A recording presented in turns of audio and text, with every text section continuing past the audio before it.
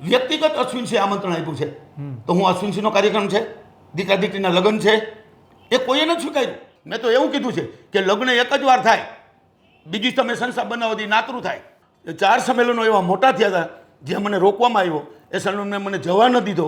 એ બધા સંકલન સમિતિના આ ચંડાર ચોકડી છે 4 જ જણા જે આ બધા નિર્ણયો લે છે કે જ્યારે સમય આવશે ને સંકલન સમિતિ એમ કહેશે, મને ખોટો પાડશે કે પીટી જાડેજાના આક્ષેપ ખોટા છે, પીટી જાડેજાની આ વાત ખોટી છે, સંકલન સમિતિમાં આવો કોઈ માણસ છે જ નહીં, ત્યારે હું 100% ખુલ્લેઆમ તમને બોલાવીને કહીશ. તો ગોંડલ સ્ટેટ ક્યાંથી આવ્યું એ મને ખબર નથી પડતી, અથવા સમાજ મને પૂછે છે કે આ પીલુ રાજા કોણ? મેં તો ભાઈ મને નથી ખબર, અને હશે તો ક્યાંના છે એ મને ખબર નથી. એટલું સત્ય મૂકું છું. હું કહું છું ને, મંદિર સામે બેઠો છું, પૂજા કરીને ઊભો થયો છું, સામે દીવો છે, અને માં મઢવાડીના સોગંદ ખાઈને તમારી સાથે અત્યારે જે બોલ્યો છું એ સત્યમય જે તે સત્ય જ વાત કરી છે. સમાજને જ્યારે નુકસાન થતું હોય છે ત્યારે હું બોલીશ. પરિણામ જે કંઈ આવે, પરિણામની પરવા કોઈ ક્ષત્રિય કરે જ નહીં. ગત લોકસભાની ચૂંટણીમાં ક્ષત્રિયોના સંમેલનો થયા, જે સંમેલનને નામ આપવામાં આવી રહ્યું હતું અસ્મિતા સંમેલન. સંચાલન કરી રહી હતી સંકલન સમિતિ, પરંતુ હવે એક નવા મંચની જાહેરાત કરવામાં આવી છે, જેમાં અસ્મિતાની પણ વાત છે, જેમાં શક્તિની પણ વાત છે, એકતાની પણ વાત છે, અને આ નવું પ્લેટફોર્મ બન્યું છે જેને નામ આપવામાં આવ્યું છે સમસ્ત ક્ષત્રિય શક્તિ અસ્મિતા મંચ. હવે આ બધી જ વાતોની વચ્ચે પીટી જાડેજા આપણી સાથે જોડાયા છે, કારણ કે આ નવો મંચ તો બન્યો, પરંતુ સમગ્ર સમાજમાંથી કેટલાક લોકો એવા પણ છે જેઓ ત્યાં ગેરહાજર દેખાયા, અથવા તો તેમની ગેરહાજરી ઉડીને આંખી વળગે તે પ્રકારની હતી. તેના કારણે અનેક પ્રકારના તર્ક વિતર્કો છે. પીટી જાડેજા પાસે આપણે જાણીએ શું છે આ મંચનું કામ, તેઓ શું માને છે, તેમને આમંત્રણ મળ્યું હતું કે ન હતું મળ્યું, અને શા માટે તેઓ જોડાયા નહોતા. નમસ્કાર પીટી બાબુ,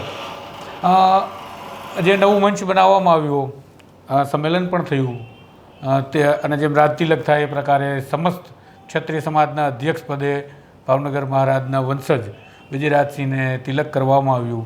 આ સમગ્ર ઘટનાક્રમને બતાવવામાં આવ્યો કે ક્ષત્રિયોની એકતા માટેનું એક આ મંચ છે. કોઈ પણ પ્રકારનું રાજકારણ કે કોઈ પણ પ્રકારની બીજી પ્રવૃત્તિ આ મંચ નહીં કરે. તો તમે કઈ રીતે જુઓ છો આ મંચને? આ મંચનો કાર્યક્રમ તમે પોતે જોયો છે, જાણ્યો છે, નિહાળ્યો છે. ત્યાં સમાજે આ કાર્યક્રમ નથી સ્વીકાર્યો. એ તમને હું એટલા માટે કહી શકું કે ત્યાં જ્યાં 20-25 લાખ માણસનું સંમેલન થવું જોઈએ, જેમ રતનપરમાં 5-7 લાખ માણસનું સંમેલન થયું, એ માત્ર ક્ષત્રિય ગિરાસદાર રાજપૂત સમાજ હતા. હવે સમગ્ર ક્ષત્રિયની વાત કરતા હોય તો સમગ્ર ક્ષત્રિયોમાં 3 કરોડ ઉપર ક્ષત્રિયોની વ્યાખ્યામાં આવે છે, જેમાં કાઠી સમાજ આવી જાય, નાળોદા સમાજ આવી જાય, હાટી સમાજ આવી જાય, મૈયા સમાજ આવી જાય, બરાબર છે, તેમજ ઠાકોર સમાજ આવી જાય. તો એની જો ગણતરી કરો તો 3 કરોડ ઉપર સંખ્યા થાય છે, અને 18 વર્ણને સાથે રાખો તો આપ જાણો છો કે 6.5 કરોડ થાય છે. તો નવું મંચ તમારે બનાવવું હોય તો નવા મંચની જાહેરાત નથી કરી, બરાબર છે. હું કહું છું કરવી જોઈએ.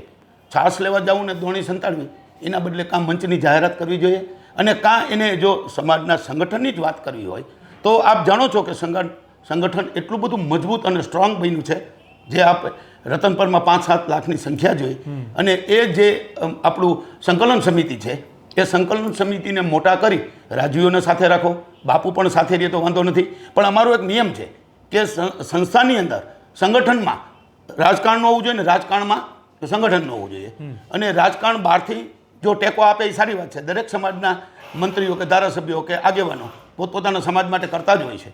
પણ અહીંયા એક સવાલ એ નથી, સવાલ એ મોટો મહત્વનો થઈ રહ્યો છે કે આ જે આયોજન થયું, કે જે કંઈ પણ નવા એક મંચની જાહેરાત થઈ, તો સંકલન સમિતિ અગાઉ હતી ત્યારે 92 ફિરકા કે 108 ફિરકા કે 120 ફિરકા એ પ્રકારના આંકડાઓ સામે આવતા હતા.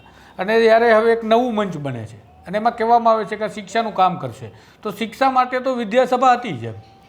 તો હવે આ નવા મંચને રાજવીઓને આગળ પ્રોજેક્ટ કરી અને શું કરવા માગે છે?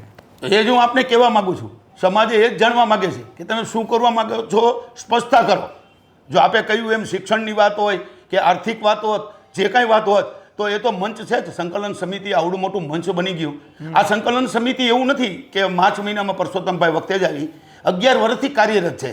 અચ્છા, તો આપ 11 વર્ષનો એનો હિસાબ પૂછો તો 11 વર્ષમાં એને કશું જ કાંઈ નથી કર્યું. પછી એમ કે તમે કૃષ્ણ કમરસિંહનો એવોર્ડ મૂક્યો, એની રજૂઆત કરી. વિધવા પેન્શન તો શંકરસિંહ બાપુએ જ મંજૂર કરી છે 1995માં, અને 11 લાખ મહિલાઓ આજે પેન્શન લે છે, બરાબર છે. એ રજૂઆત કરવી તો હું દરરોજ એક પત્ર લખી શકું. એ રજૂઆત કરવાથી નહીં, તમારી કામગીરી શું. હું મારી જાતને એવો નથી માનતો, પણ મેં સમાજ માટે જે કર્યું છે એ સમાજ એમનો સાક્ષી છે. કે આજે ગામે ગામે કન્યા કેળવણી માટે રથયાત્રાઓ કાઢી છે. 2000 ગામમાં હું ફેર્યો છું. જિલ્લે જિલ્લે આજે છાત્રાલય બનાવ્યા છે. અમદાવાદમાં IAS IPS સ્ટડી સેન્ટર બનાવ્યું છે. 4 વિશ્વ કોન્ફરન્સ કરી છે. America, London, Dwarka, Gandhinagar. એ 4 કોન્ફરન્સમાં અમેરિકાના લંડનમાં જનાર અમે 4 જણા જ હતા અને લંડનની કોન્ફરન્સમાં 100 જણા હતા. અને ત્યાં પણ ક્ષત્રિય સમાજને એક મંચ ઉપર લાવવા માટે અને સંગઠિત થાય એ હેતુથી અમે વિશ્વ કોન્ફરન્સ કરી છે. અને હું આંતરરાષ્ટ્રીય ક્ષત્રિય સમાજનો પ્રમુખ છું. મને કોઈ હોદ્દાની ભૂખ નથી. મેં હોદ્દો ક્યારેય પણ માગ્યો નથી. પણ રાજપૂત યુવા સંઘ એવી સંસ્થા છે, એ રાજપૂત યુવા સંઘ પણ આમાં સાથે છે, કરણી છે ને આમાં સાથે છે. તો એવડી મોટી સંકલન સમિતિ બની ગઈ. એવડી મોટી સંકલન સમિતિને તોડવા માટેનો આ પ્રયાસ કહેવાય. અને સંકલન સમિતિ જ તોડવા માગે છે એટલા માટે કે સંકલન સમિતિમાં કહેવાતા 8 સભ્યો આમના સહકાર આપે છે, જે સમાજના સીધા ઊભા બે ફાડિયા બની જાય છે. અને આપ જોઈ શકો છો એ કેવી રીતે કે 2 ભાગમાં સમાજ વહેંચાય છે, એ કેવી રીતે? એક વસ્તુ તમને કહું કે આજે સંકલન સમિતિ કોઈ પણ કાર્યક્રમ માટેનો આદેશ કરશે કે આજે નવું સંગઠન બન્યું, એમાં માનો કે શંકરસિંહ બાપુ નહીં મહારાજા વિજયસિંહને બનાવ્યા છે, તો વિજયરાજસિંહ આદેશ કરશે તો સમાજે ક્યાં જવું? મહારાજા રાજવી કે આ સંગઠનમાં કે સંકલન સમિતિ છે એ સંગઠનમાં, બરાબર છે? તો સમાજને ધર્મ સંકટ થાય તો સમાજને તમારે મોટો બનાવવો છે, સંગઠન મોટું બનાવવું છે, તો તમે અલગ સંગઠન બનાવ્યું એનો અર્થ જ એ થાય છે સીધા 2 ઊભા ફાટ્યા, સમાજમાં 2 ભાગ પડી ગયા. અને સમાજને આ પસંદ નથી, સમાજને આને લક્ષમાં નથી રાખ્યું, એટલે સંખ્યા નથી. અને સંખ્યા ખાલી હજારોની સંખ્યા ન કહેવાય. એ તો શસ્ત્ર પૂજનમાં તાલુકા લેવલનો કાર્યક્રમ હોય ને તો એ 1000, 2000, 5000 તો સામાન્ય કાર્યક્રમમાં હોય. આપ આંદોલન વખતે જોયું હતું કે જામનગર હોય કે સુરેન્દ્રનગર હોય કે ધંધુકા હોય 50,000 માણસ, કે આણંદમાં 70,000 માણસ, બરાબર છે? એવા સંમેલનમાં માણસો થતા હતા, એ સ્વયંભૂત આવતા હતા. આ લોકોએ કોઈને આમંત્રણ નથી આપ્યું, એનો હું સાક્ષી છું. અને જો કહેવામાં આવતું હોય કે આમંત્રણ અર્જુનસિંહ એમ કહે છે એક ચેનલમાં કે મેં પીટી જાડેજાને આમંત્રણ આપ્યું હતું, પણ રાજકોટ જ્યારે જીમખાને આવ્યા ને ત્યારે મને રામ નથી કર્યા. અને એ જ અર્જુનસિંહે રતનપરના આંદોલન વખતે કાર્યક્રમ પૂરો થઈ ગયો, મારું પ્રવચન પૂરું થઈ ગયું અને સૌથી મને બધા વયા જાય એટલે છેલ્લે મને રાખ્યો. અને એવા 4 સંમેલનો એવા મોટા થયા હતા જે મને રોકવામાં આવ્યો, એ સંમેલને મને જવા ન દીધો. એ બધા સંકલન સમિતિના આ ચંડાર ચોકડી છે 4 જ જણા જે આ બધા નિર્ણયો લે છે, બરાબર છે? એમાં એ નિર્ણયમાં એક જો કહું કે સમાજલક્ષી હોય તો અમારે એક રાજકોટમાં છે ટીકુભાઈ, એને મેં નામ પાડ્યું છે ચાણક્ય, બરાબર છે? એમનું નામ છે દેવેન્દ્રસિંહ કોઠારિયા, યુવરાજ જ છે, બરાબર છે? એક છે અમારા ઝાલાવાડના પ્રમુખ વિશુભા ઝાલા અને એક છે પીટી જાડેજા. તો હું તો આંતરરાષ્ટ્રીય લેવલે કામ કરું છું. આ સંકલન સમિતિમાં મને હોદ્દાની શું અપેક્ષા હોય? હોદ્દા માટે હું કામ કરતો જ નથી. હોદ્દાની કે સત્તાની મને ભૂખ હોત તો હું રાજકારણમાં હોત. હું 40 વર્ષ પહેલાં સમાજની સેવા કરવા માટે મેં મારી નોકરી પણ છોડી દીધી કે સમાજ માટે જીવવું છે ને સમાજ માટે મરવું છે. તો જો એની નોંધ લેવામાં ના આવતી હોય તો હું રાજકીય માણસ નથી. મેં મારા ગળામાં કોઈ રાજકીય પટ્ટો હજી નથી નાખ્યો. આમાં એક જ પટ્ટો છે ક્ષત્રિય સમાજનો, અને એ પટ્ટા સાથે જીવવું છે ને પટ્ટા સાથે મારે પ્રાણની આ સંકલન સમિતિમાં જે તમે અર્જુનસિંહની વાત કરી તો એ જ અર્જુનસિંહ વાળી વાત અમે આ કાર્યક્રમ દરમિયાન જ્યારે આ મંચનું લોન્ચિંગ થયું ત્યારે પદ્મિની બા પણ જે છે ત્યાં પણ એમની સાથે પણ જે બોલાચાલીને તકરાર પેદા થઈ, એમના પણ આક્ષેપ આ અર્જુનસિંહ વિરુદ્ધ આ જ પ્રકારના હતા કે એવો માઇક લઈ લે છે, એવો જે છે એ કોઈ પણ પ્રકારે એમને પ્રતાડિત કરવાના પ્રયાસ કરતા હતા કે પરેશાન કરતા હતા કે જેથી તેઓ પોતાની વાતને રજૂ કરી શકે. તમે પણ એ જ વાત કરો છો ના? તો સર મને તો જે મને અન્યાય થયો હોય એ વાત હું કરી શકું. એટલે હું એ કહેવા માંગુ છું મને અન્યાય એટલે સમાજને અન્યાય, બરાબર છે? મને નીચો પાડવા માટે, મને ચૂપ રહેવા માટે, મને સાઇડ આઉટ કરવા માટેના કારણો તમારે જાણવા હોય તો સંકલન સમિતિને જ કહેવું પડે ને હું સાબિત સાથે કહી દઉં. મારી પાસે તમામ પુરાવા છે, તમામ. એ જ્યારે સમય આવશે ત્યારે બધા રજૂ કરીશ. રેકોર્ડિંગ છે, વિડીયો રેકોર્ડિંગ છે. પણ અહીંયા જ જે આગેવાનો એકતા નથી રાખી શકતા, જે પ્રમાણે તમે કીધું કે તમને અહીંયા રાજકોટમાં મુલાકાત થઈ ત્યારે હાથ પર નથી મિલાવ્યો, તો એ સમાજની એકતા લાવી શકે કેવી રીતે આગેવાનો? પણ અર્જુનસિંહનું સમાજ પ્રત્યે કોઈ યોગદાન જ નથી. તમે અર્જુનસિંહને ઓળખતા હતા 2 મહિના પહેલાં? જેટલા રાજવીઓ આવ્યા એટલા કેટલા રાજવીઓને પ્રજા ઓળખતી હતી? જો ઓળખી શકાય એવા રાજાઓ તો એ કંઈ હતા નહીં. જામનગરના જામ સાહેબ છે, રાજકોટના છે, વાંકાનેરના છે, ગોંડલના મહારાજા છે. ગોંડલના મહારાજા તો દીર્ઘદ્રષ્ટિવાળા છે કે જે ભગવતસિંહના પૌત્ર છે, અને ભગવતસિંહ શું હતા એ કહેવાની મારે અત્યારે જરૂર નથી. એવા રાજા મહારાજા હોય કે મહારાજા વતી પીલુ દાદાની એમને જાહેરાત પણ કરી હતી અને શંકરસિંહે સન્માન પણ કરાવ્યું હતું. એ ગોંડલ મહારાજાએ જાહેરાત નથી કરી. ત્યાં જાહેરાત કરવામાં આવી કે ગોંડલ સ્ટેટ અહીંયા હાજર છે. તો ગોંડલના મહારાજા તો અત્યારે જે છે હિમાંશુજી છે, અને જે યુવરાજને ગણતા હોય જે એમના ભાઈ છે, કાકાના દીકરા, બરાબર છે, જ્યોતિ આદિત્યસિંહ, બરાબર છે, એ યુવરાજ છે. તો આમાં યુવરાજય નથી, મહારાજાય નથી, તો ગોંડલ સ્ટેટ ક્યાંથી આવ્યું એ મને ખબર નથી પડતી. અથવા સમાજ મને પૂછે છે કે આ પેલું રાજા કોણ? મેં તો ભાઈ મને નથી ખબર, અને હશે તો ક્યાંના છે એ મને ખબર નથી. તો એને ચોખવટ કરવી જોઈએ કે ફલાણા સ્ટેટ છે. બીજા બધા સ્ટેટના નામ લેતા હતા ને કે આ દાતાના છે, આ અહીંના છે, બરાબર છે. જે મેં આપને કીધું કે કાઠી સમાજના 101 રજવાડા છે, અને આ કાઠિયાવાડ નામ કાઠી ઉપરથી પડ્યું, બરાબર છે. તો કાઠી સમાજના 5 રજવાડા અહીંયા નથી, 5 નહીં 2 નથી. અને એ લોકો કહે છે કે તમામ જિલ્લાઓમાંથી 2 પ્રતિનિધિઓ આવ્યા છે. જો તમામ જિલ્લાઓમાંથી પ્રતિનિધિઓ આવ્યા હોય, બરાબર છે, તો હું આજે એ કાર્યક્રમમાં ગયો તો અહીં ઓછામાં ઓછા 5000 માણસ લઈને જાઓ મારા 11 જિલ્લામાંથી, બરાબર છે.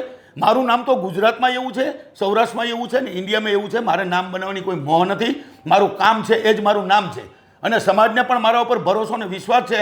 અને છેલ્લે પણ આ આંદોલન પૂરું થયું ત્યારે હું મારી વાતમાં ફર્યો નથી. હજી પણ જીવના છેલ્લા શ્વાસ સુધી હું ફરવાનો નથી. સમાજને જ્યારે નુકસાન થતું હોય છે ત્યારે હું બોલીશ. પરિણામ જે કંઈ આવે, પરિણામની પરવા કોઈ ક્ષત્રિય કરે જ નહીં. અને ક્ષત્રિય સમાજની અંદર હું જન્મો છું તો હું એનું ઋણ તો ચૂકવી શકું ને. આપ કેમેરો લઈ જાઓ, ત્યારે પૂજામાંથી ઊભો થઈને આપની સામે બેઠો છું.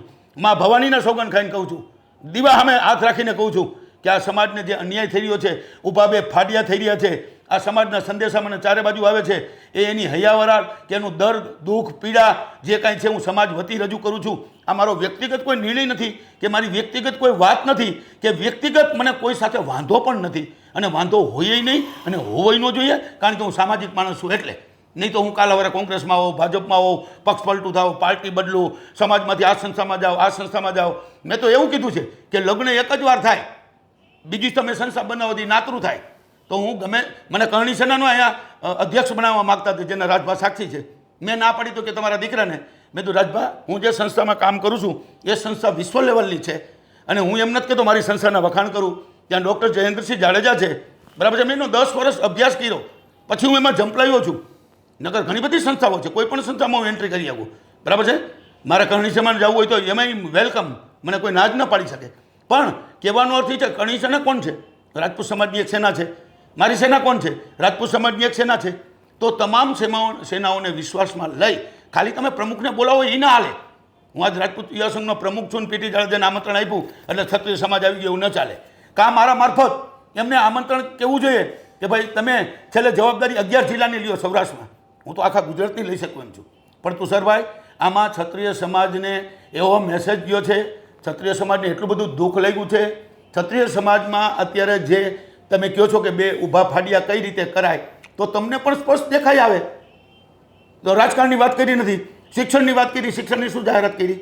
અરે અહીંયા એવા રાજવીઓ બેઠા હતા કે પોતામાંથી 5 એકર જમીન દાનમાં આપી શકે, 10 એકર આપી શકે, કાંઈ વિદ્યા સંકુલન બનાવો.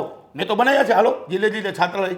આ રાજપૂત યુવા સંઘ 40 વર્ષથી 1985માં પાયો નાખ્યો છે, અને 2000માં મારી એન્ટ્રી થઈ છે. હું ગામે ગામ ફરી અને 2000 ગામમાં આજે છાત્રાલયમાં જો હાઉસફુલ છાત્રાલયો રહે છે.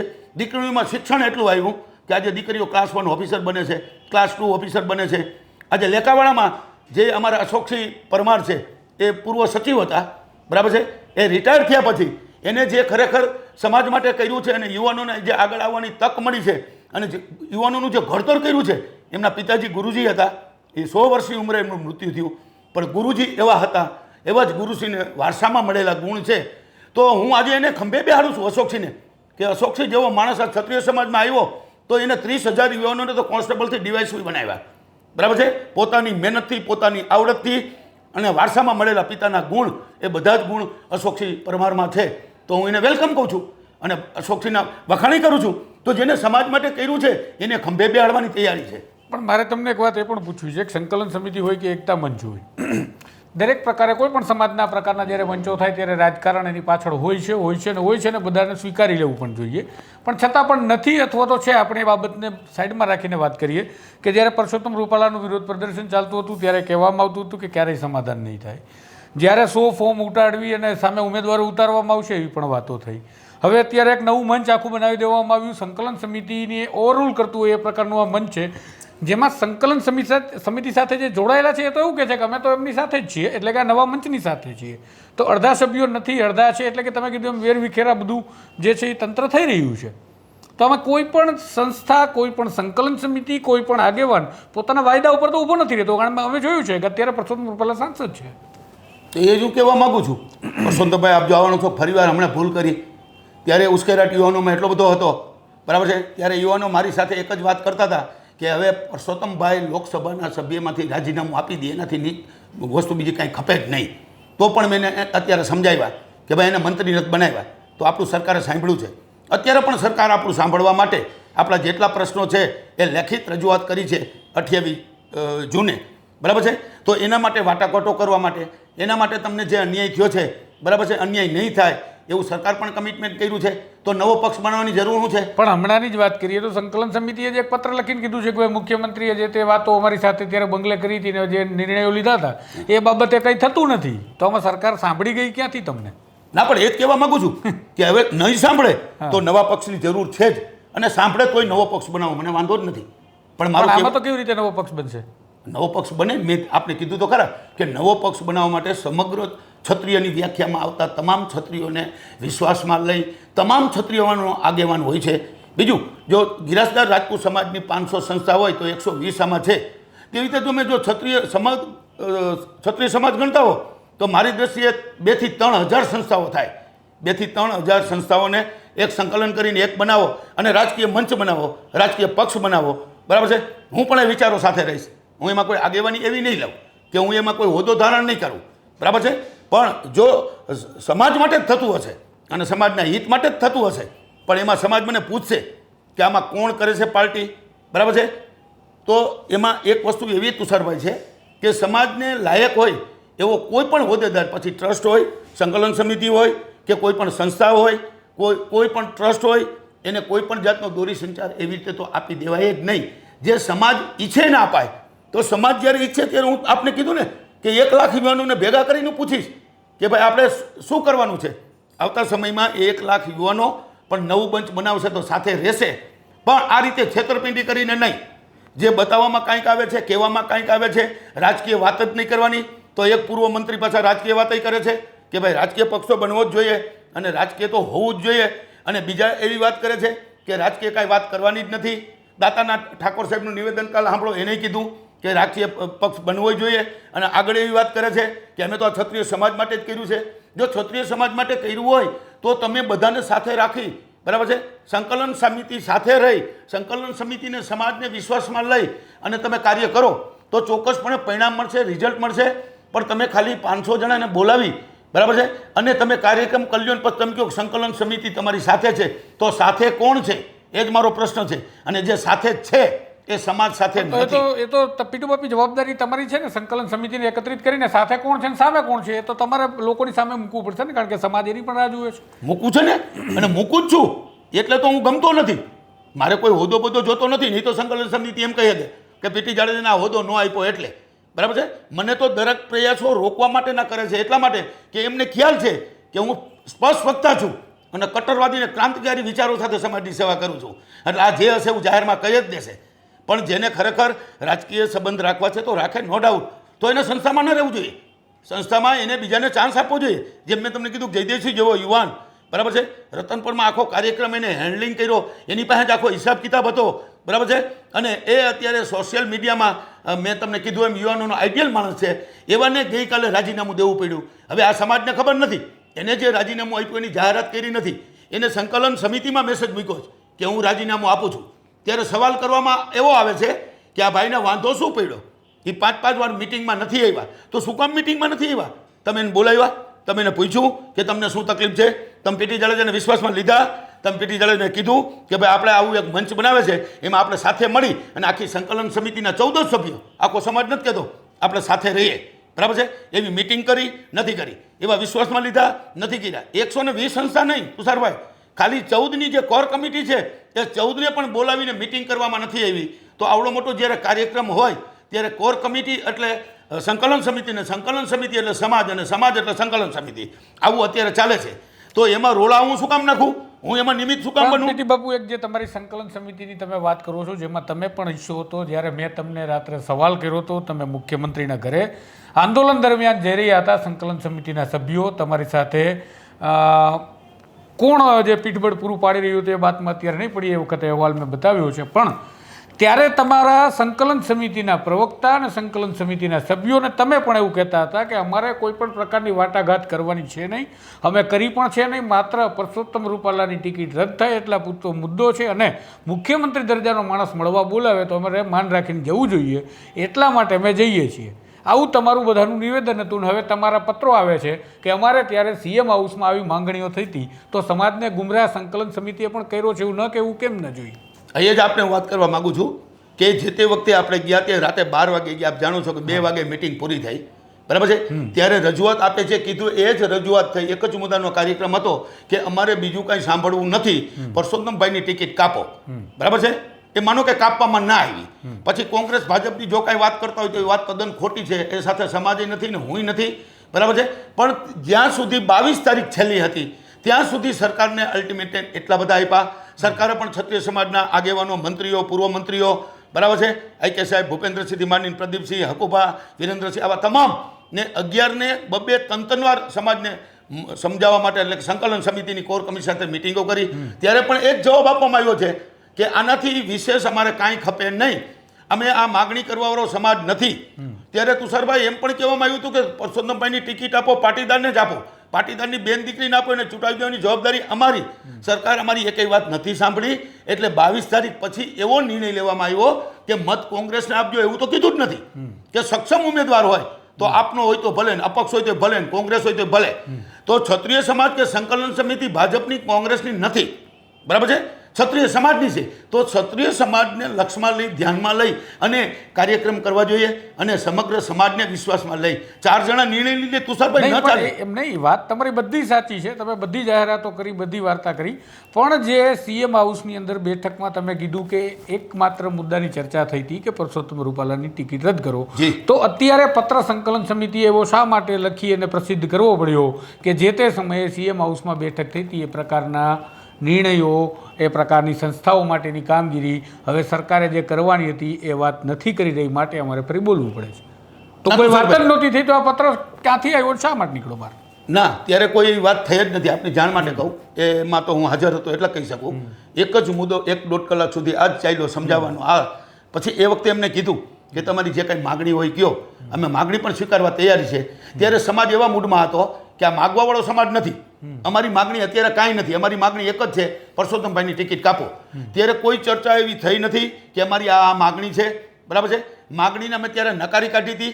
સરકારે સામેથી પૂછ્યું હતું કે બોલો તમારે શું શું જોઈએ છે? 562 રજવાડા અમે 100% કરી દેશું, બરાબર છે. ભારત રત્ન એવોર્ડ એ પણ અમે કરી દેશું, બરાબર છે. પછી સરકાર સાથે જેટલી મિટિંગો થઈ, સરકારે એવું પણ કીધું ભારત રત્ન એવોર્ડ પણ કરી દેશે. તમારી જે 5-6 માગણી છે એ પણ ભારત રત્ન એવોર્ડની વાત કરતા હોય તો કાયદાની જોગવાઈ પ્રમાણે જ અત્યારે કાયદાની જોગવાઈ બદલેલી છે.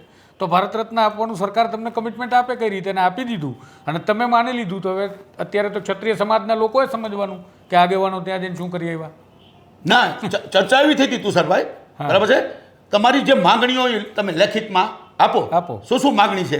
એટલે અમે એવી માગણી કરી એમ કે ભાઈ તમારે 562 રજવાડાનું મ્યુઝિયમ બનાવવું જોઈએ, કૃષ્ણકુમારસિંહને એવોર્ડ આપવો જોઈએ, બરાબર છે. ભાવનગરનું એરપોર્ટ છે ને કૃષ્ણકુમારસિંહનું નામ આપવું જોઈએ. એવી બધી વાત અમે કરી હતી, બરાબર છે. એટલે એને ત્યારે એવું કીધું હતું, માગણી નહોતી કરી, બરાબર છે, પણ વાત કરી હતી કે તમે અમને આટલો અન્યાય કરો છો. એ અન્યાયમાં અમે લોકસભાથી માંડી અને અહીં સુધીની વાત કરી હતી કે લોકસભામાં છેલ્લા 20 વર્ષથી અમારો એક પણ સભ્ય નથી અને તમે રાજ્યસભાનો સભ્ય માનો કે એકને બનાવી દીધો હોય, બરાબર છે. તો એ સમગ્ર સમાજને માન્ય છે. સમગ્ર સમાજના એ સમાજે કીધું કે ભાઈ તને આને બનાવો. અમે તો ત્યાં સુધી કહી છીએ કે તમે કોઈ પણને ટિકિટ આપો તો તમે જે સેન્સ લેવા આવો છો કોર્પોરેશનમાં, નગરપાલિકામાં, પંચાયતમાં, તાલુકા પંચાયત, જિલ્લા પંચાયતમાં, તો આમાંય તમે સેન્સ લ્યો કે ભાઈ ક્ષત્રિય સમાજને અમે 20 ટિકિટ આપવાના છીએ, બરાબર છે. લોકસભામાં 2 ટિકિટ આપવાના છીએ. પણ હું એટલે જ કહું છું, આ સ્થાનિક ચૂંટણીઓ હવે આવી રહી છે અને ત્યારે એક આ નવા મંચની સ્થાપના થાય છે અને અત્યારે સંકલન સમિતિ જે છે વિરોધમાં છે. પણ જે તમે વાત કરો છો સ્થાનિક ચૂંટણીના નજીકના સમયગાળામાં થઈ રહી છે, તો આ મંચ જે છે એ રાજકીય નથી એવું કહે છે. પણ તમને લાગે છે કે રાજકીય મંચ ના હોય? ના, છે. મને લાગે છે નહીં, આખા સમાજને લાગે છે. એટલે તો આટલી હૈયાવરણ તમારી સમક્ષ કાઢું છું, બરાબર છે, કે રાજકીય મંચની જ વાત છે. જે અહીંયા વાત થઈ એ વાત છે જ નહીં. જો એ વાત હોય તો મેં આપને કીધું કે એને વિલીનીકરણ કરી અને આ સંસ્થાને સંકલન સમિતિને મોટી બનાવવી જોઈએ. જેમ 120 સંસ્થા છે એમ 224 રજવાડા જોડાય, કેવડી તાકાત થઈ જાય, કેવડું સંગઠન થઈ જાય, બરાબર છે. બાપુ સલાહકાર સમિતિમાં બહાર રહીએ, બરાબર છે, કારણ કે રાજકીય માણસને આપણે આમાં નથી રાખતા. તો રજવાડામાં ઘણા રાજકીય છે, બરાબર છે, અને જે સૌરાષ્ટ્રમાં કહેવાતા રજવાડાઓ છે એ તો કોઈની હાજરી જ નથી, બરાબર છે. 2-5 જણા તમારે અંગત સંબંધોને તમે બોલાવી લીધા હોય, બરાબર છે. તો મેં જયવીરસિંહનું નામ વારંવાર શા માટે કીધું છે? જયવીરસિંહને જો ખરેખર આ અધ્યક્ષસ્થાન આપવામાં આવે, અને હું તો એમ કહું છું યુવાનોને આગળ રાખો, અને વડીલો છે એ સલાહકાર સમિતિ, સંકલન સમિતિ જે કાંઈ હોય એમાં તમે રહ્યો, પણ યુવાનોને તક આપવામાં નથી. મેં જેમ કીધું જયદેવસિંહ જેવો યુવાન છે એને કાઢી નાખવાનું કારણ શું મને નથી સમજાતું. બીજું, આ જે કાંઈ ચર્ચા થાય છે એ મેસેજ કોર કમિટીના 14 સભ્યો છે એમાં જ મૂકવામાં આવે છે. તો આવા મેસેજો લીક કેમ થઈ જાય છે? ભૂતકાળમાં પણ આપણે જોયું કે મેં કાંઈ જ્યારે ભૂતકાળમાં કીધું હોય તો ત્યારે મેં સમાજને અહીંયા વરાળ કાઢી છે. હું એવો મૂર્ખ નથી કે સમાજ ન ઈચ્છતું હોય અને સમાજને નુકસાન થાય અને હું કોઈ પણ નિવેદન કરી દઉં. હું એવું નિવેદન કરું જ નહીં. સમાજલક્ષી નિવેદન હોય અને સોશિયલ મીડિયામાં આપણે રીતે જોયું હતું. મને કોઈ પણ જાતનો અન્યાય થતો હોય, મને કોઈ પણ જાતની, મેં મરવાની પરવા નથી કરી, મેં મારા સામ્રાજ્યની પરવા નથી કરી. તો હું સમાજ એટલી તો નોંધ લે ને. બીજું, મારું નોંધ છે એ ઇમારતો ઊભી છે રાજકોટ, જામનગર, સુરેન્દ્રનગર, કન્યા છાત્રાલય, કન્યા કેળવણી, રથયાત્રાઓ, 2000 ગામમાં ફેર્યો છું. America, London, Dwarka, Gandhinagar, conference, વિશ્વ કોન્ફરન્સ, ભુજરમયનો કાર્યક્રમ, પાટણનો કાર્યક્રમ, બરાબર છે. આવા જે મારી આ સંસ્થા રાજપૂત યુવા સંઘ છે એને મને આંતરરાષ્ટ્રીય પ્રમુખ ક્યારે બનાવી હોય છે? મેં જ્યારે મને પેલો જિલ્લાનો પ્રમુખ રાજકોટ બનાવ્યો ત્યારે મેં હાથ જોડીને ના પાડી હતી કે મારે સમાજમાં રહેવું છે પણ કોઈ હોદ્દો નહીં. પણ હોદ્દો આપવા માટે બધાનું પ્રેશર એવું હતું કે તમે જો કંઈક હોદ્દો લેશો અને તમે કરશો તો સમાજને તમારા પર વિશ્વાસ ને ભરોસો એટલો છે, બરાબર. તો અમિત શાહની મિટિંગ શંકરસિંહ સાથે થાય છે, સ્થાનિક ચૂંટણીઓ આવે છે, ભારોભાર ભાજપ પ્રત્યેનો જે રોષ છે એ ક્ષત્રિયોમાં જોવા મળ્યો લોકસભામાં, અને ભયંકર આંદોલનો થયા, ગામે ગામ ઠેર ઠેર બેઠકો થઈ, અને ભારતીય જનતા પાર્ટીએ ઉમેદવારી રદ ન કરી અને પરસોત્તમ રૂપાલા ચૂંટણી લડ્યા. તેના કારણે બની શકે કે હજી પણ ભાજપને ડર હોય કે ભાઈ ક્ષત્રિય સમાજ નારાજ છે અને આ નીચે આપણને સ્થાનિક ચૂંટણીઓમાં પરવડે તેમ નથી, અને એના માટે શંકરસિંહ બની શકે કે ભાઈ અમિત શાહ સાથે બેઠકમાં જે હાજર હતા અને એમને મુલાકાત કરીને બાદમાં ઉતાવળે થયેલો કાર્યક્રમ દેખાય છે. આ કાર્યક્રમ કોઈ એટલો ટાઈમ પ્રોસેસવાળો નથી. તમે કીધું એમ કે બધાને આમંત્રણો પણ અપાયા નથી અને મંચ ઉપરથી જાહેરાતો થતી હતી કે ભાઈ બધાને આમંત્રણ નથી આપ્યા, ફલાણા સ્ટેટને નથી આપ્યું તો એ પણ આવી ગયા છે. તો આ બધી જ પ્રક્રિયા છે, એમાં લાગે છે કે સમાજ શંકરસિંહનો હાથો બનવા તરફ આગળ વધી રહ્યો છે. સમાજ શંકરસિંહ બાપુનો હાથો નહીં, સમાજ કોઈનો હાથો નહીં બને. એ જ વેદના અત્યારે હું તમારી સમક્ષ વ્યક્ત કરું છું. સમાજની જ આ વાચા એટલા માટે હું આપું છું. જો તાલુકા પંચાયત, જિલ્લા પંચાયતની ચૂંટણી આવી તો ભાજપ સરકાર માનો કે છે એ ક્ષત્રિયને અન્યાય જો હવે નહીં કરે, દાખલા છે તો એ જિલ્લા પંચાયત, તાલુકા પંચાયતમાં દેખાઈ આવશે. હવે માનો કે ત્યારે પણ અન્યાય કરવામાં આવ્યો અને સરકાર આપણી સાથે ન રહીને આપણી કોઈ પણ વાત નથી માનતા, તો એ નવું મંચ બનાવવા માટે તમે તૈયાર કરો કે ભાઈ હવે બનાવવું પડશે. પણ સરકારે અત્યારે એવું હજી આ ચૂંટણી આવ્યા પહેલાં કેમ ખબર પડે? જે લોકસભામાં આપણો રોષ હતો કે અમને એક પણ ટિકિટ નથી મળતી, તો સરકાર એવું કહે છે કે ભાઈ રાજ્યસભાના સભ્ય કેસરીસિંહને બનાવ્યા, ભરતસિંહ પરમારને બનાવ્યા, પણ રાજ્યસભાના સભ્ય તમે બીજાને બનાવો છો, બરાબર છે. તો એવી રીતે તમે ક્ષત્રિય સમાજને બનાવો છો, પણ લોકસભાની 2 ટિકિટ તો આપો. અમે એમ નથી કહેતા, અમે પાટીદારોને પણ માન સન્માનથી જોઈ છીએ. પાટીદાર સમાજ પણ ખોડલધામ અમારી સાથે હતું, ઉમિયાધામ પણ અમારી સાથે હતું, એવું નથી. અહીંયા પરસોત્તમભાઈનો અમે વિરોધ ખાલી વ્યક્તિગત કર્યો છે, પાટીદારોનો નથી કર્યો. તો હું તમને કહું, રાજકારણ આમાં લાવવાની ક્યાં વાત જ આવે? જે ક્ષત્રિય સમાજ વિરોધ કરતો હતો, વ્યક્તિનો વિરોધ કરતો હતો, એક વ્યક્તિને તમે, બરાબર છે, ટિકિટ ન કાપી શકો અને સમગ્ર ક્ષત્રિય સમાજનો રોષ છે એ તમને પરવડે? કેવી રીતે પરવડે? એ તો કલ્પના જ ન કરી શકાય. તો ભાજપને આજે સમજાણું છે કે ભાઈ ક્ષત્રિય સમાજની માંગ ખોટી નથી. એટલે હું તમને કહું છું કે અમારી વાત સાંભળશે, અને નહીં સાંભળે, બરાબર છે, ત્યારે સૌથી આગળ પ્રથમ પાછો હું જઈશ કે ભાઈ આપણી વાત પહેલાં હતી એ જ રહ્યા છે, બરાબર છે. હું કહું છું સંખ્યાની દ્રષ્ટિએ જો તમે ટિકિટ આપતા હો. પણ પીટી બાપુ, તો એ સમયને પાછો યાદ કરવો પડશે કે જ્યારે એવું કહેવામાં આવતું હતું કે જો ભાજપ ટિકિટ રદ નહીં કરે તો રૂપાલા વિરુદ્ધનું આંદોલન ભાજપ વિરુદ્ધનું બની જશે, ને બની ગયું, બરાબર છે. તો એ આંદોલન હવે પાછું શ્રીમાન મોદી સાહેબને, શ્રીમાન શાહ સાહેબને, શ્રીમાન ભારતીય જનતા પાર્ટીના નેતાઓ વાળું થઈ ગયું કે આંદોલન હજી ચાલે છે ભાજપ વિરુદ્ધનું, ક્ષત્રિયોનું? ભાજપ વિરુદ્ધનું આંદોલનમાં એવું છે કે આપણું આંદોલન છે ને આમ હતું પરસોત્તમભાઈ આમ સામે, તો એ પરસોત્તમભાઈને માફ આપણે 5મી વાર માફી માંગી, હજી નથી કર્યા. સંકલન સમિતિને કરવા હતા પણ એ નથી થવા દીધું અમે, દાખલા તરીકે, બરાબર છે. તો સમાજે ના પાડી શકે નથી થવા દીધું. જો સમાજ એમ કહે કે હવે માફ કરી દેવા જોઈએ, ઘણા બધા નિવેદનો કરતા હતા કે હવે પરસોત્તમભાઈ એકવાર માફી માગી, 2 વાર માગી, 3 વાર માગી, માફ કરી દેવા જોઈએ. સમાજને પરસોત્તમભાઈની ટિકિટ કાપવા સિવાયનો કોઈ મુદ્દો જ નહોતો. બરાબર છે. એ તમે જોયું જે રોષ હતો એ ચૂલે ચૂલે ઘર સુધીનો હતો. અને આ સંકલન સમિતિ હવે મને 50,000 માણસ ભેગા કરી દી ચાલો કોઈ પણ કાર્યક્રમમાં. અચ્છા, બરાબર છે. એ જે રોષ હતો એ જ્વાળામુખી જેવો રોષ હતો, એ સમાજનો રોષ હતો, એ સાચો હતો, વ્યાજબી હતો. એટલે હું સમાજની સાથે સૌની મોખરે આગળ ચાલતો હતો. મેં કોઈ જાતની તુષારભાઈ પરવા નથી કરી મારી. આજ પણ મારો પરિવાર મને રોકે છે તમે હવે છાનાવાના બેસી જાઓ, હળમતીએ રહેવા વયા જાઓ, હવે તમારે કાંઈ નથી કરવું. હું મારા પરિવારને એમ કહું છું કે છેલ્લો શ્વાસ હાલે ને મારા હાથ અને પગ હાલે ત્યાં સુધી આ સમાજની સેવા હું છોડવાનું નથી. અને નિસ્વાર્થપણે મેં વચન તો આપ્યું છે કે સરપતિ સંસદ સુધીમાં મને કદાચ ટિકિટ આપવામાં આવે તો પણ હું ચૂંટણી ન લડું. તો એનો અર્થ એવો નથી કે હું રાજકીય વિરોધી છું, પણ જે સમાજલક્ષી રાજકીય પક્ષ હશે અને બધાને સમદ્રષ્ટિથી જોશે. માનો કે કોળી સમાજ છે તો એની સંખ્યા કેટલી, 1 કરોડ છે દાખલા છે, તો એની કેટલી ટિકિટ મળે છે? પાટીદારોની 1 કરોડની વસ્તી છે તો એને 45 ટિકિટ મળે છે. તો ક્ષત્રિયોની 80 લાખ છે તો ક્ષત્રિયોને 35 ટિકિટ પહેલાં મળતી જ, 32 મળતી જ, હવે ખાલી 10 આવી ગયા છે. અને સમગ્ર ક્ષત્રિય સમાજ જો ગણતા હોય તો 16 થાય છે. બરાબર છે.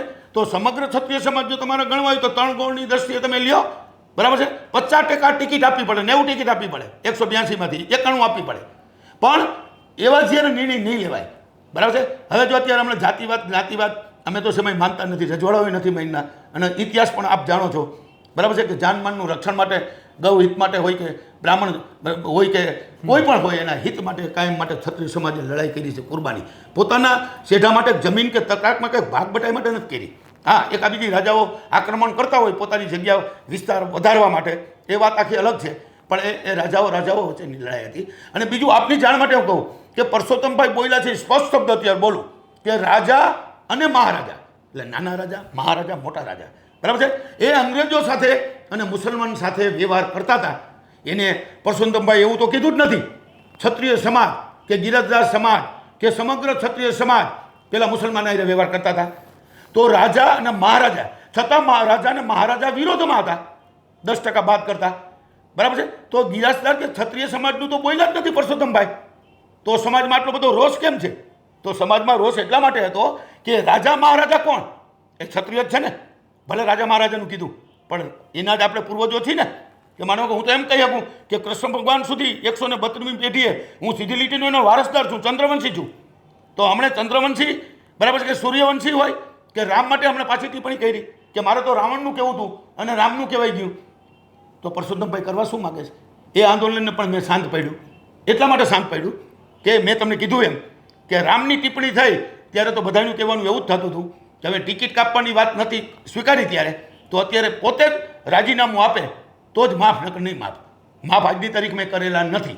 એટલે ભાજપને નથી માફ કરેલા કે પરસોત્તમભાઈને? કારણ કે આંદોલન તો ભાજપ વિરોધી થઈ જ ગયું હતું તમે કહો છો એ પ્રમાણે. પરસોત્તમભાઈને એટલે ભાજપને માફ છે? ભાજપને માફ અત્યારે નથી.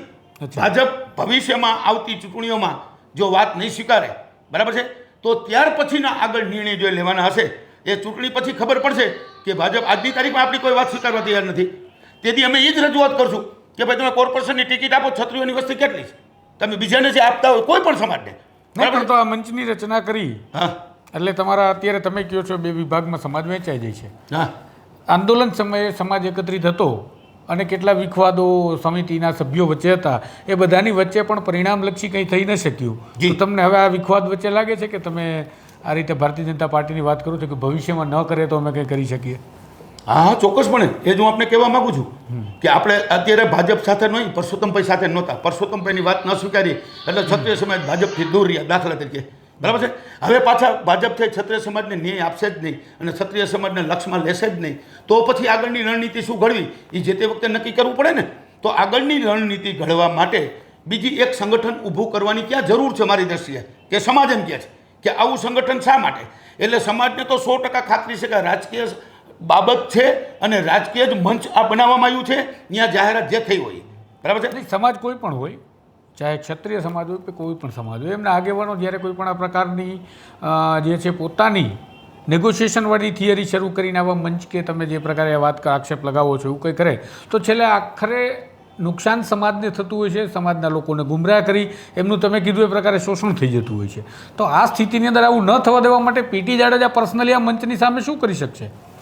પર્સનલી મંચ સાથે અત્યારે આપની સમક્ષ આપના માધ્યમથી હું આ જે વાત કરું છું એ જે કરી રહ્યો છું એ આવતા ભવિષ્યમાં જે કંઈ કરવાનું થશે એમાં સંકલન સમિતિ માનો કે સમાજ સાથે ન રહે અથવા સમાજને જે ઈચ્છે છે એ ન કર્યું, બરાબર છે, તો મેં તમને કીધું ને કે 1 લાખ યુવાનોનું સંમેલન બોલાવી અને જે તે વખતે એ યુવાનોનું સંગઠન એવું હશે, બરાબર છે, હું તો ત્યાં સુધી કહું છું કે સમગ્ર દેશની અંદર મારી યાત્રા કાઢવાની તૈયારી છે.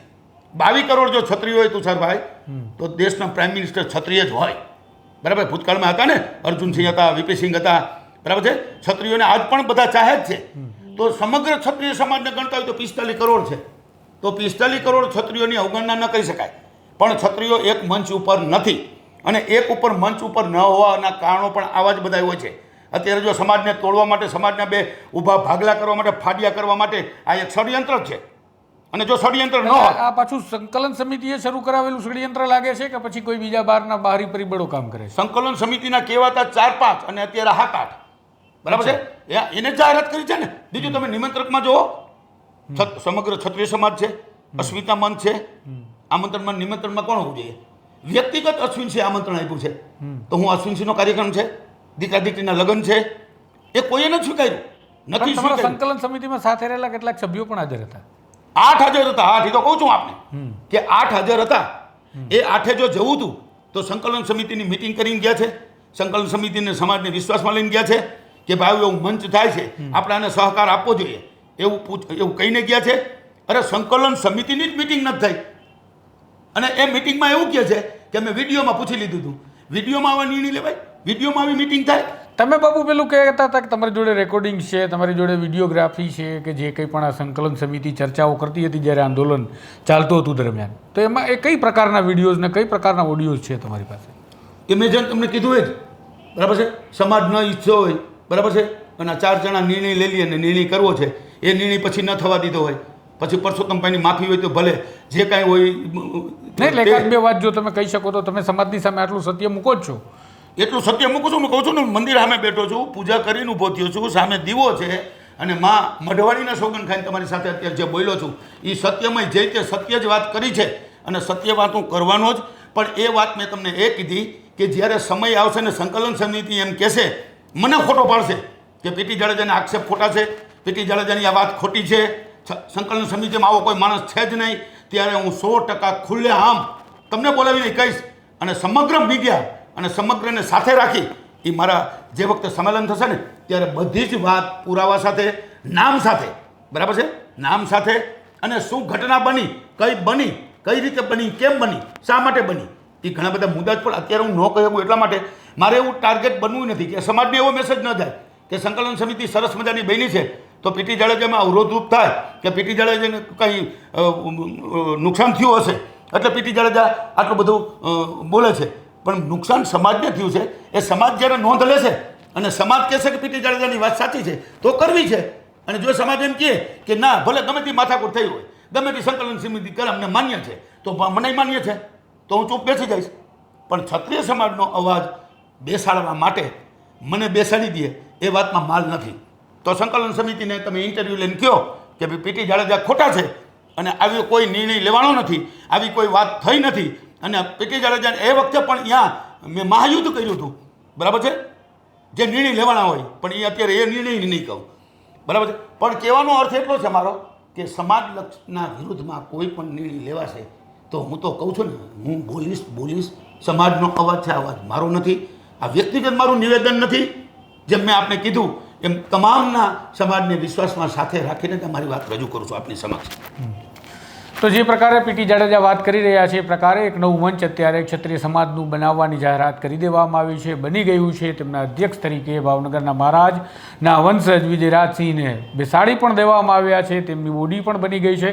આ બધી ઘટનાઓની વચ્ચે હવે પીટી જાડેજાએ પોતાનો અવાજ ફરીથી સમાજ માટે બુલંદ કર્યો છે તેવું કહે છે, અને સાથે આક્ષેપમાં તેઓ એવું પણ કહેવા માગે છે કે આ અવાજ તેમનો જ નથી, આ ક્ષત્રિય સમાજનો અવાજ છે.